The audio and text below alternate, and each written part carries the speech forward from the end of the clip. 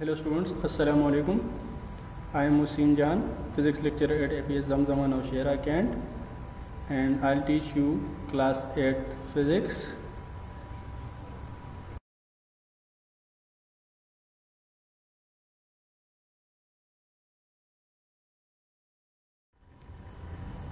In the previous lecture, we have discussed the equations of motion, and in this video we will solve examples on first equation of motion, similarly on second equation of motion and third equation of motion.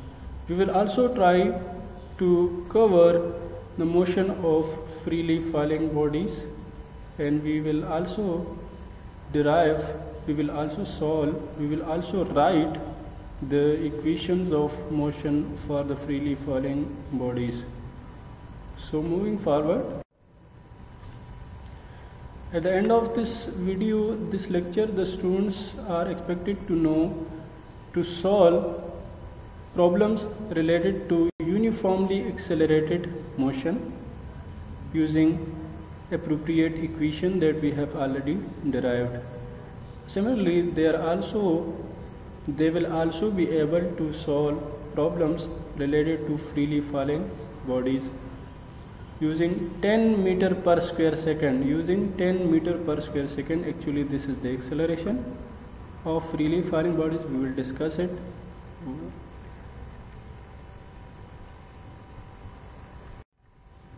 So before moving to the lecture, the students are advised to revise the previous lecture, and there are some questions. First question is, what is the first equation of motion? What is the second equation of motion? What is the third equation of motion? For what type of acceleration, either uniform or variable, we have derived the equation of motion. While deriving the equations of motion, the motion of object is assumed along the path, either it is straight or curved. So before moving forward, the students are advised to just pause the video and they answer these questions. I am also giving the answer, and they have to check either they are right or wrong. So the equations of motions are, first equation is Vf is equal to Vi plus At. Second equation is S is equal to Vit plus half At square. Third equation is 2As is equal to Vf square minus Vi square. The type of acceleration we have assumed to be uniform, we have already discussed it, and the motion is along the straight path. So these are the assumptions. Over here uniform is the right one, and over here straight path is the right one. So moving forward to our lecture, we will solve examples. So starting from example 2.10, the example is a car traveling at 10 meter per second. Here the unit is of speed or velocity, so it is the initial velocity of car. Accelerates uniformly, it is uniformly. If it were not uniformly, it will be difficult for us to find the unknown data. So it must be uniformly accelerated motion or uniform acceleration. At 2 meter per square second, this is the acceleration. Calculate its velocity after 5 seconds. So the best method to solve a numerical problem, a numerical example, is to extract the data from the statement of the problem. Like we have to extract the given data that will be used in the rest of the solution, and the best method is to write the given data in our own words. So for this, first, initial velocity of car, you have to write which type of quantity we are dealing with, which type of quantity we are talking about. So this is the initial velocity of car, and we will use this symbol. We will use VI for the initial velocity. Whenever we are talking about the initial velocity, we will use this symbol, and this symbol in our solution will represent the initial velocity. So you have to use name and symbol also. This is the name, that which type of quantity we are talking about, and this is the symbol. You may also use different symbols, depends on you, but it is good to use this symbol. You may also use different symbols. And magnitude, so this is 10 meter per second. Similarly, acceleration, we have initial velocity and we have acceleration. So acceleration of car is denoted by A, and it is 2 meter per square second. And similarly, time, so time taken by the car to change its velocity will be denoted by T, and it is 5 seconds. Now you have to write the required data, that what are expecting from you. The problem is about which type of quantity to be calculated, to be found out. So you have to write the required data in your own words. This is final velocity of car is equal to, no, over here, if you look over here, there is no final velocity name, there is no final velocity wording, but you have to write in your own word that which type of quantity we are talking about, or which type of quantity we will derive, we will calculate. So it is final velocity of car. We will use this symbol. You may also use different symbols like A, like B, C, depends on you. So moving forward to the solution. Now we will start the solution. Now we have a clear idea that what are given, which type of quantities are given to us, and which type of quantity are expecting from us, or which type of quantity we need to calculate. So now moving forward to a solution, we will use the equations of motion obviously, but what equation will be the most appropriate, which equation will be the most appropriate? So first, starting from the first equation, and we are checking either we can use this equation or not. So over here we have Vf. Now Vf over here in our requirement, Vf is in our problem, Vf is required data. Now, so we have to find this. This is unknown in this equation. Now what about Vi? Vi over here is given in our problem. Vi is given data. What about acceleration? We have also acceleration. And what about time? We have time. So it means we have the value of all these quantities which are on the right side of the equation first. So by putting these values, we can find this Vf, which is final velocity, and this is our objective. So using this equation, just putting the values, Vf is equal to Vi over here is 10 meter per second, acceleration is 2 meter per square second, and multiply by time is 5 seconds. Using calculator, we have Vf is equal to 20 meter per second.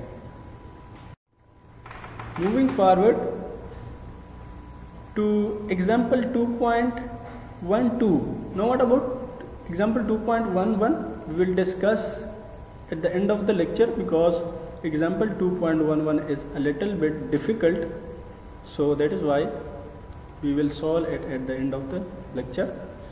Now example 2.12, the statement is a bicycle accelerates at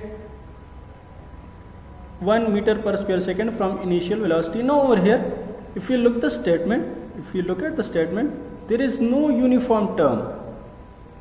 So it is obvious that the acceleration will be uniform, because we cannot use the equation. This is not our course. This is not our course, our scope to calculate, to derive the equations of motion for non-uniformly accelerated body. We will not discuss the equation, the motion of non-uniformly accelerated body. So whenever we are talking about the body, whenever talking about the acceleration of body, the acceleration must be uniform in our course. So a bicycle accelerates at 1 meter per square second from initial velocity of 4 meter per second for 10 seconds. Find the distance moved by it during this interval of time. So given data over here is initial velocity of bicycle is Vi and it is 4 meter per second. Acceleration of bicycle is denoted by A and it is 1 meter per square second.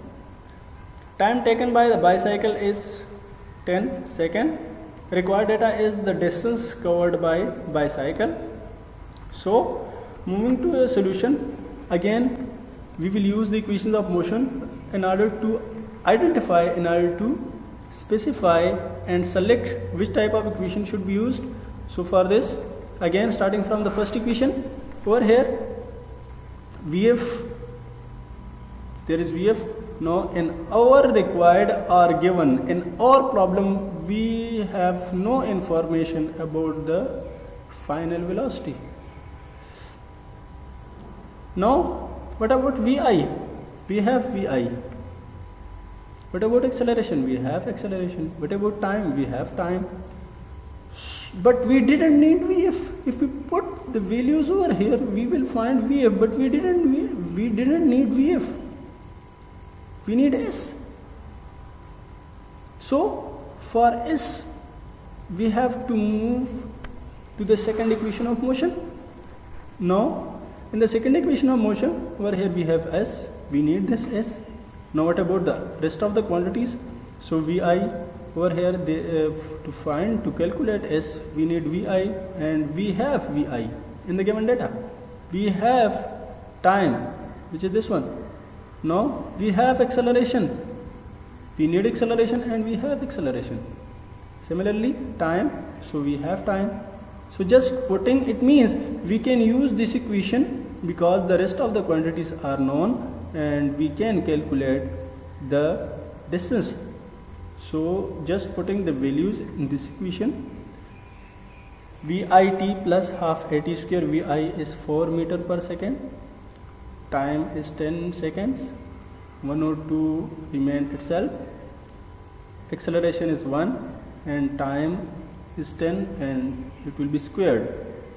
So using calculator we will calculate that the distance is 90 meter.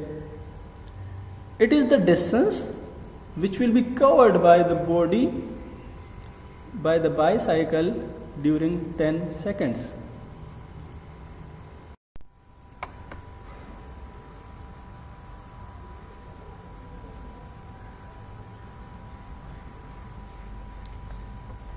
Now example 2.13, the statement is a car travels with a velocity of 5 meter per second. So it means a car has initial velocity. It then accelerates uniformly and travels a distance of 50 meter. If the velocity reach is 15 meter per second, find the acceleration and the time to travel this distance. So over here we have car which has initial velocity of 5 meter per second. It covers a distance of 50 meter, but whenever it covers 50 meter distance, at that time, at that instant, the velocity of car were 15 meter per second. Now over here if we look at the velocity, initial velocity is 5, final velocity is 15 meter per second. It is changed, so it means car has acceleration. So we need to find that acceleration. And we also need to find the time during which the car has traveled 50 meter. So over here we have initial velocity 5 meter per second, distance is 50 meter, and final velocity is 15 meter per second, and we need acceleration and time. So again the same procedure, we have to select which type of equation should be used in order to calculate these two quantities, acceleration and time. So over here if you look at the first equation, we have Vf, we didn't need Vf, but still we have final velocity, we have initial velocity, and over here we also have initial velocity.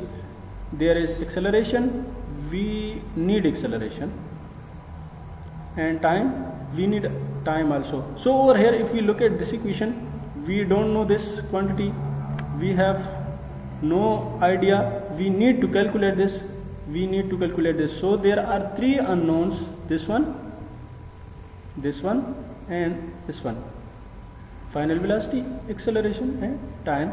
So we have one equation and three unknowns, we cannot use this equation.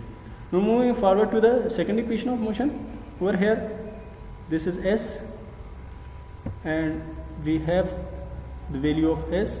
Similarly Vi, we have initial velocity, this is time, we are required to find the time, so its value is unknown. Similarly acceleration, it is also unknown. So again over here there is two unknowns, acceleration and time, so we cannot use one equation for two unknowns. Now moving forward to the third equation, over here acceleration, so it is unknown, it should be calculated. Now what is S? Over here we have value of S. Final velocity, we have final velocity, and initial velocity, we have initial velocity. So it means in this equation we have only one unknown, which is acceleration. So it means we can put the value of known quantities to find the unknown quantity. So that is why moving to the solution of the problem. So just putting the values in third equation, we have decided to solve, we have to use the third equation of motion. So just putting the values over here, 2 is given, 2 is itself, S over here is 50 meter, final velocity is 15 and initial velocity is 5. So over here we have only unknown, which is acceleration. So 2 multiplied by 50, it comes out to be 100. If we take the square of 15, it will be 225, and square of 5 will be 25. Subtract it, so 225 minus 25, it will be 200. It will be divided by 100, so we will get acceleration, which is 2 meter per square second. So we have acceleration over here. Now we need to find the time required.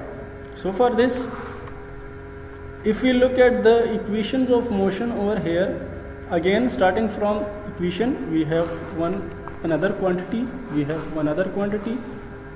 which is known. So if we use this equation to find the time, we have Vf. Over here we need Vf and we have the value of final velocity. Similarly we have initial velocity and we have the value of initial velocity. We need acceleration, we have acceleration. So it means we can use this equation to find the time. So for this, just putting the values in that equation, first equation, putting the values of final velocity, initial velocity, acceleration, we will get time. So just solving this equation, we will get the time taken by moving forward to the second topic of this lecture, which is motion of freely falling bodies. Now it was Galileo who studied the motion of freely falling bodies. So far we have discussed the motion, but it is on surface of earth. Now Galileo has a question in mind, that what about the motion of freely falling bodies? What is freely falling body? The body which is either thrown upward above from the surface of the earth, or it is falling downward toward the surface of the earth. Both these type of motion is known as motion of freely falling bodies, and the motion is called freely falling motion. So in this topic we will cover the motion, that type of motion which will be either toward the surface of the earth or away from the surface of the earth. So far till now we have studied the equation and also problems related to the motion, but that motion will be on the surface of the earth, not above the surface of the earth, right? Above means at certain height. So Galileo studies the motion of freely falling bodies, and for that he discovered that whenever a body is falling on the surface of the earth, falling toward the surface of the earth, or it is moving upward, it is moving away from the surface of the earth, it will have some acceleration, and that acceleration will be known as gravitational acceleration. He named that acceleration to be gravitational acceleration. Now he also gave some symbol to that acceleration, and he used the value of g. He used symbol g to denote gravitational acceleration, small g, and its value, it should be small, not capital, right? And its value is constant. It is 10 meter per second on the surface of, per square second on the surface of earth. Some variation is there. It may be there will be some variation, and it depends on altitude, etc., but its value will be constant for some region of, for some space of earth, for some area of earth. Now if the body, what about a question arises that a body, whenever a body is moving upward, it slows down. We give some initial velocity to the body, and as it is moving upward, let's say there is a guy over here, and it is throwing a ball upward. So initially the ball throws fast, it go fast like this, and now it is slowing down at some height, it just stop, and now it is again increasing the speed, and it will hit the ground at some velocity. So over here initially the boy gave some velocity to the ball, so initially the speed of the ball were high, and as it goes upward it slows down, right? And at final point, at final position, it just stops and start backward motion toward the surface of the earth. And over here, if we study the falling of the ball, so over here its velocity was 0, and now it is increasing its velocity, and it hits the ground with some velocity. So it means for moving upward, the velocity of the ball decrease, and it comes to 0. And for downward motion, the velocity of the ball increase, and till it is increasing till it reach the surface of the earth, and it will hit the surface of the earth with some velocity, right? So we have already discussed deceleration, and we know that whenever the speed or velocity of the body is decreasing, so the acceleration will be negative. Now if we look at the upward motion, the velocity of the ball decrease, so it means its acceleration will be negative. That is why for upward motion the value of g is taken to be negative, so it will be -10. It will be -10. Similarly, for downward motion, we have discussed that whenever a ball reach at its highest point, it just stops. So at that particular instant its velocity is 0. Now it start downward motion and its velocity increase till it reach the surface of the earth. So it means initially the ball has 0 velocity and finally ball has just on the surface of the earth, not after hitting, right? Some students get confused that, sir, after hitting the ball is at rest, so its final velocity is 0. I am not talking about the after the hitting of the ball. I am talking about just before the hitting of the ball. So at that particular instant the velocity of the ball will be maximum during the falling of the ball. During falling motion, initially the ball has 0 velocity, and whenever it just touch the surface of the earth, its velocity will be maximum.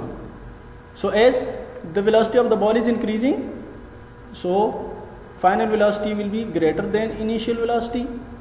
So that is why the acceleration of the ball of the body is taken to be positive during downward motion of the body, right? So it will we will use +10 during downward motion, right? And we will put -10, we will use -10, acceleration will be taken as -10 during upward motion, right? Now a student question arises that where will we use this value? So for this we can also write the same equations of motion that have been derived in the previous lecture, but there is a little difference in the value of g. Over there we have taken the value of acceleration to be different.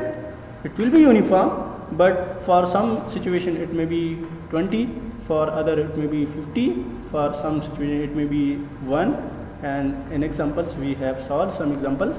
So in that example, in different example we use different value, depends on situation. It's very uniform, but it have different values.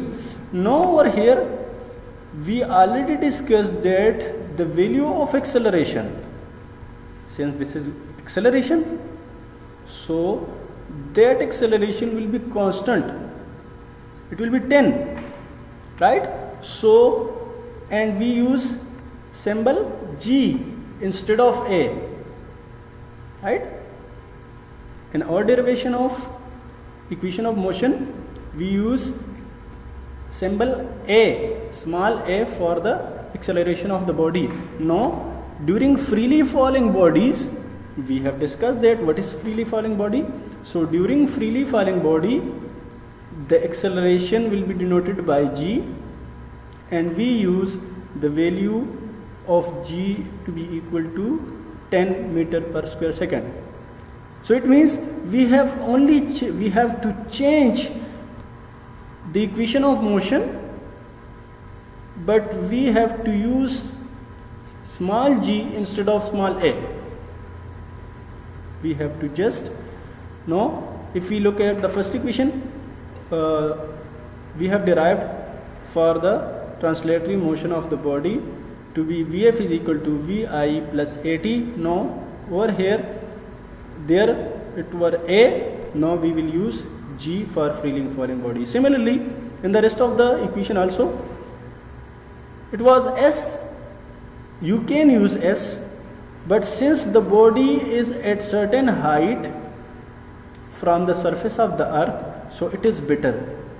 It is better to use H. You can use S, depends on you, because there is no specific symbol, but in most of the cases, majority of the cases, we use height, we use H to represent height of the object from the surface of the earth. So that is why it is good to use H instead of S.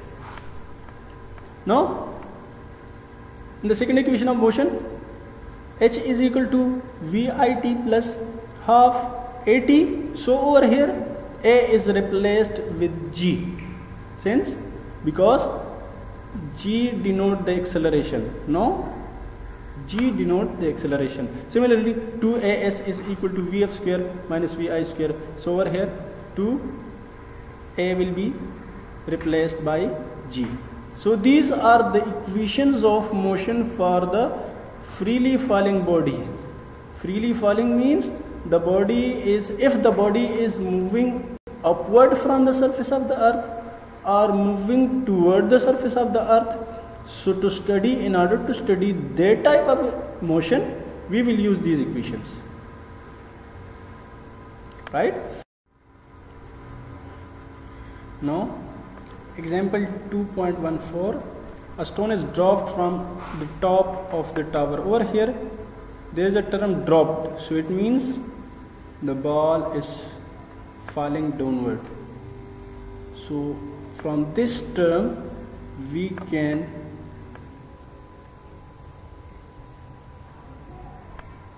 from this word we can take a decision about the value of G. Either it will be taken as positive or negative. So stone is dropped from the top of tower. Stone hits the ground after 5 seconds, right? This is a tower and it is just dropped, and it takes 5 seconds to reach the ground. Find the height of tower and velocity. Find this height, right, and velocity with which it will hit the ground. No. Why we use this equation? Why we are not using? We have used the we have discussed different instruments for measuring the length. It was screw gauge, vernier caliper, meter rule, and measuring tape. No, we cannot use any one of the instrument to measure the height of this tower. We cannot use. Over there, the largest range is for measuring tape. We cannot use measuring tape to calculate the height of this tower. So that is why we are using the equations to find the height of the tower. It will be the exact height. It will be the actual height.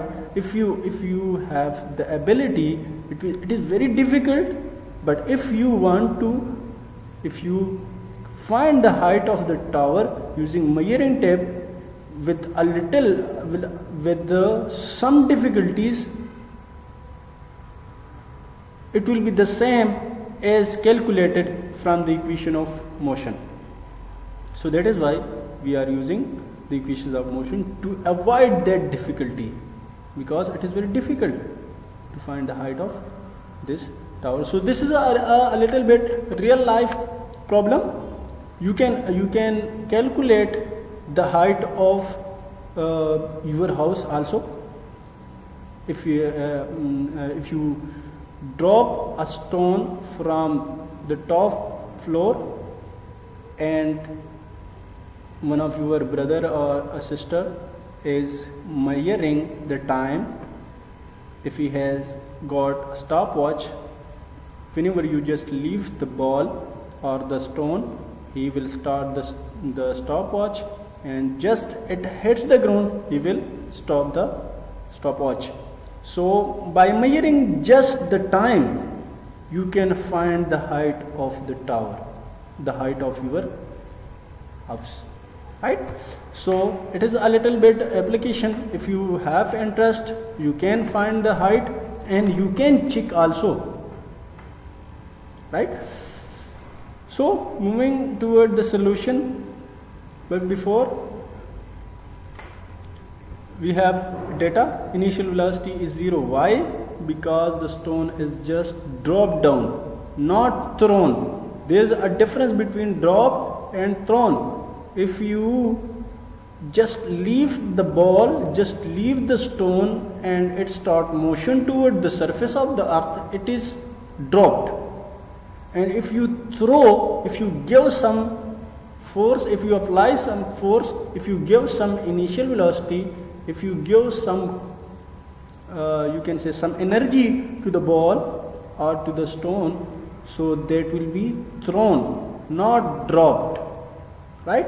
So if you will just leave, just open the fingers and allow the ball, allow the object to start motion toward the surface of the earth, that will be the dropped, and over there the initial velocity will be 0. So that is why, since it is dropped down, it is just leaved, so the initial velocity is 0, time is 5 seconds, height of the tower is required, and the final velocity, the velocity with which the ball, the stone hits the ground, is required. So if we look at the equations, over here we need S and VF, right? So if we look at the, over here first we need S, depends on you, either this quantity are you calculating first, or this quantity, depends on you, open choice, it doesn't matter, first it is calculated or this is calculated, we need the value of both, right? So it depends on you. Now over here H is this, if we look at the second equation, over here there is H, and in the third equation there is, so to find H we have to use we have to use second or third equation. Now we use the requirement to find H in the second equation. So in the second equation we need initial velocity, we have initial velocity, we need time, we have time, we need G, we have G, and we need time, we have time. So it means we can use this equation to find the value of H. So just putting the values in this equation, initial velocity is 0, time is 5 seconds, acceleration due to gravity is 10 meter per second, it is positive because the ball is thrown, the stone is thrown downward, and the stone is dropped downward, and as the body is falling downward, its velocity increases, and we have discussed that whenever the velocity of body is increasing, its velocity will be positive, its acceleration will be positive. So that is why acceleration is taken to be positive. Just putting the values, we will get the height of tower to be 125 meter. So the height of the tower is 125 meter, right? Now what about velocity? So it is actually, they are talking about the final velocity, the velocity with which the stone will hit the ground. So we can use first equation. Over here this is final velocity, initial velocity is required, so initial velocity is 0, G is required, so G acceleration, gravitational acceleration is 10, and time is required, so time is also given. So we can use this equation to find the value of final velocity. But and what will be that? If we solve it verbally, initial velocity is 0, so we can put 0 over here, we can put 10 in place of G, this is 10 and this is 5. So if we multiply 10 with 5, it will be 50, So it means final velocity will be 50 meter per second. But we can use this equation also, because over here this is Vf. Now if we look at the equation, we need g, but we have the value of g. We need h, we have the value of h. We have initial velocity also. So there is only one unknown, Vf. So we can use this equation to find Vf. How it will be calculated? Just putting the values in this equation. Vf is required, initial velocity is 0, 2 remain same, g, the value of gravitational acceleration is 10 meter per square second, and height is 125. Just calculating and taking the square, because over here this is square, so just taking the square root, we will get final velocity to be 50, and the same were calculated verbally from this equation also. So you can use both equations to calculate. Depends on you. In the test, in the paper, whatever equation you want to use, it is open choice.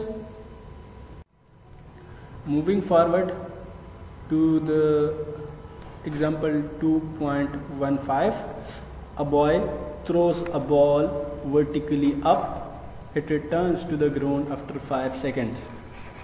Find first maximum height reached by the ball, the velocity with which the ball is thrown up. So a situation is like this. The ball is at this point and it is thrown upward, and as it is thrown upward, its velocity over here were maximum. Now as it is moving forward, its velocity is decreasing, and at this point its velocity becomes 0. It just stops, and as it drops, it starts motion toward the surface of the earth. Now over here the velocity is 0. At this point the velocity for this path is final, and the velocity for this path is initial, because it stops motion along this path at this point. The ball stops motion along this path, the motion which were performed along this path, and it stopped at this point. So it is the final velocity for this path, right, for rising. And at this point the same velocity is initial, but for this path.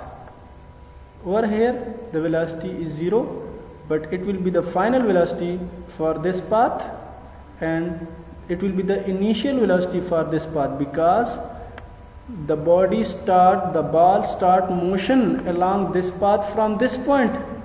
So whatever is the velocity at this point, it will be the initial velocity for this path, and it will be the final velocity for this path. So moving forward, we need this height and this velocity at this point, the velocity at this point, and we need this height. Now they have given the time in our problem, the time is given, but it is the time for total path. It moves upward and then drop downward. Now what will be the time for this path only? So it will be the half of the total time. That is why we have to divide the time by 2, and it will be 2.5 seconds. 2.5 seconds for rising to the height, and 2.5 for drop down toward the surface of the earth, right? So when we combine this 2.5 and 2.5, it will come out to be 5 seconds. Now our objective is to find the height, but you can as already I have discussed, that depends on you, that either first you want to calculate this or calculate this. It totally depends on you. So if we calculate the velocity of the ball at this point, so it will be the initial velocity for this path. No, what will be the final velocity? Final velocity, we have already discussed that the ball stops at this point for some instant, so it means the final velocity for this path is 0. That is why we have to put 0 in the first equation. Initial velocity is required. Now what about g? They use -10 because the ball is moving upward. That is why, right? So the value of g will be taken to be negative, and time is 2.5 seconds. So just rearranging the equation and using calculator, the initial velocity comes out to be 25 meter per second. Now what about height? So for height, we have second equation of motion, h is equal to vit plus half at square. We have vi, which is 25 meter per second. We have time, which is 2.5. We have acceleration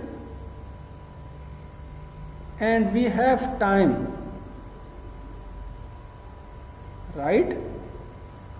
So just using the calculator, the height comes out to be 31.25 meter, right?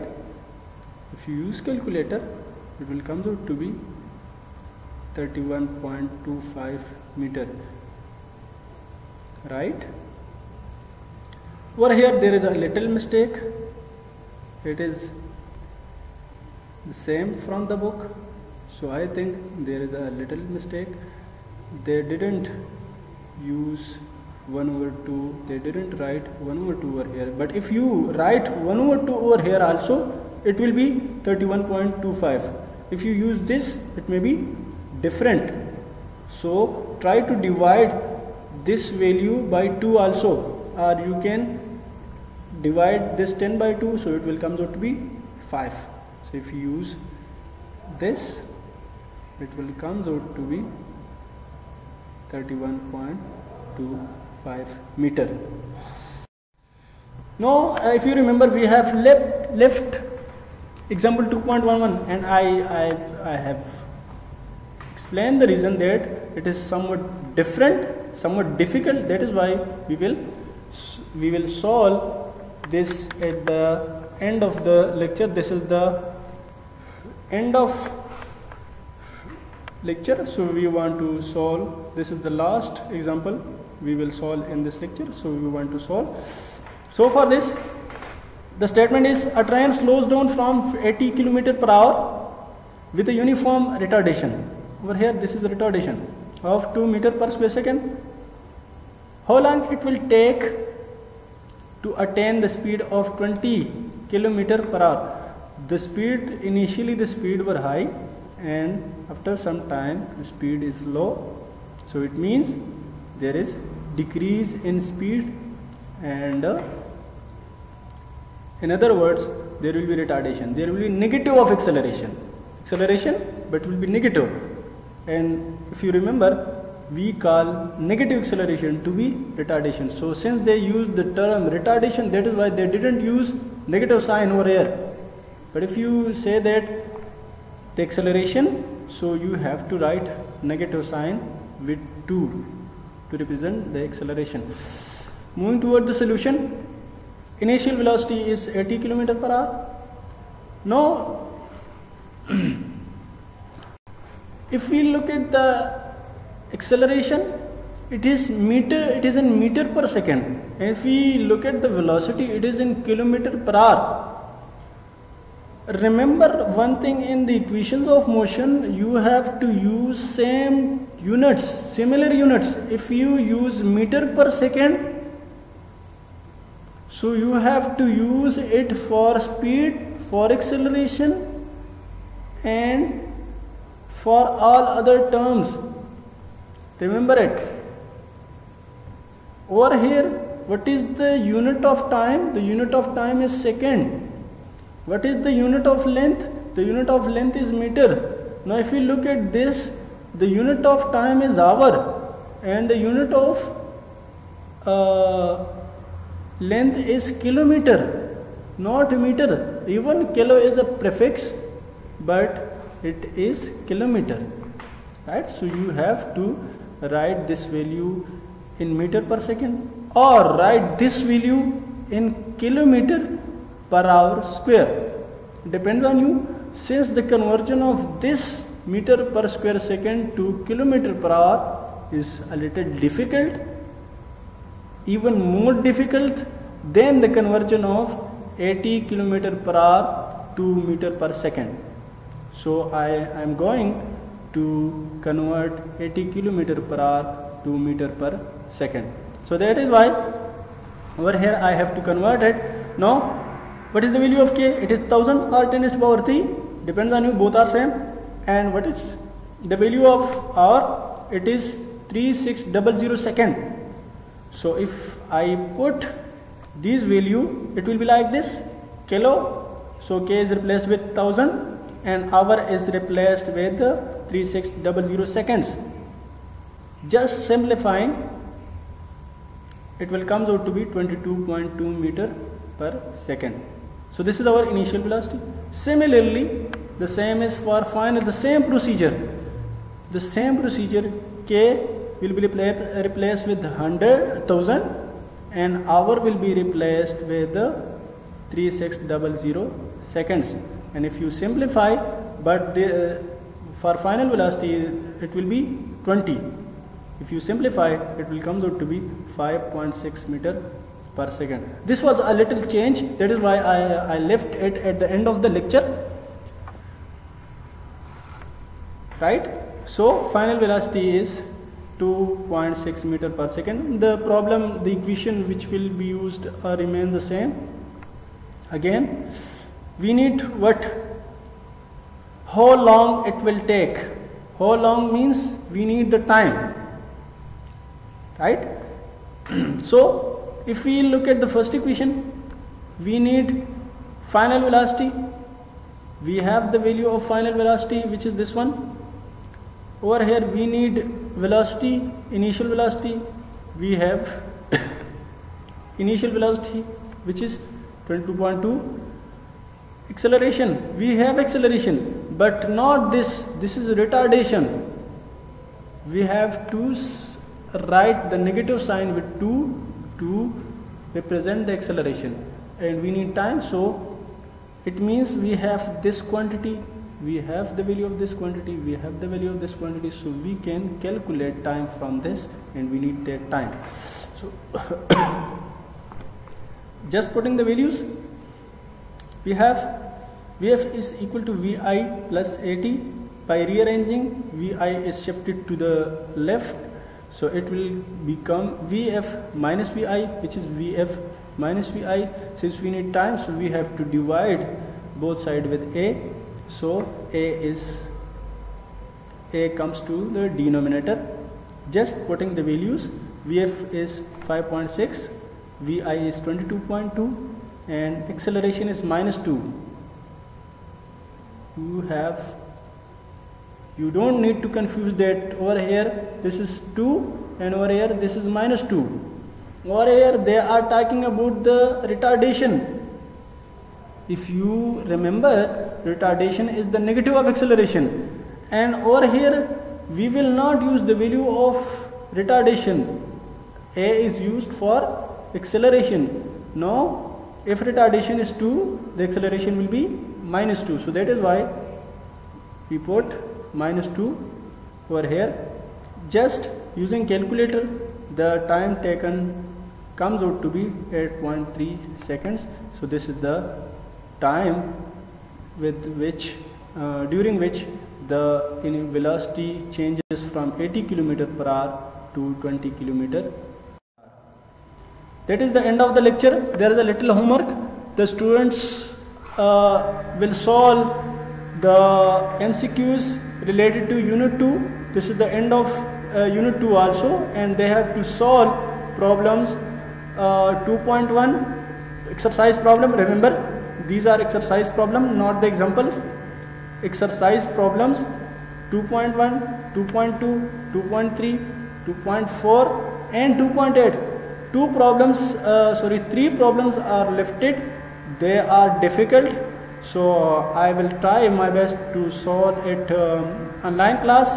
But if it were not possible, I will check that either you people will understand the problem or not. If I found that you will not understand the problem, so hopefully we will do it in the class whenever the school are open, and whenever you come to the school we will solve that problem in our classroom, physical classroom. But you have to solve these problems similar to the examples we have already discussed. And if you have got some problem, you may ask on WhatsApp. So thank you and Assalamu alaikum.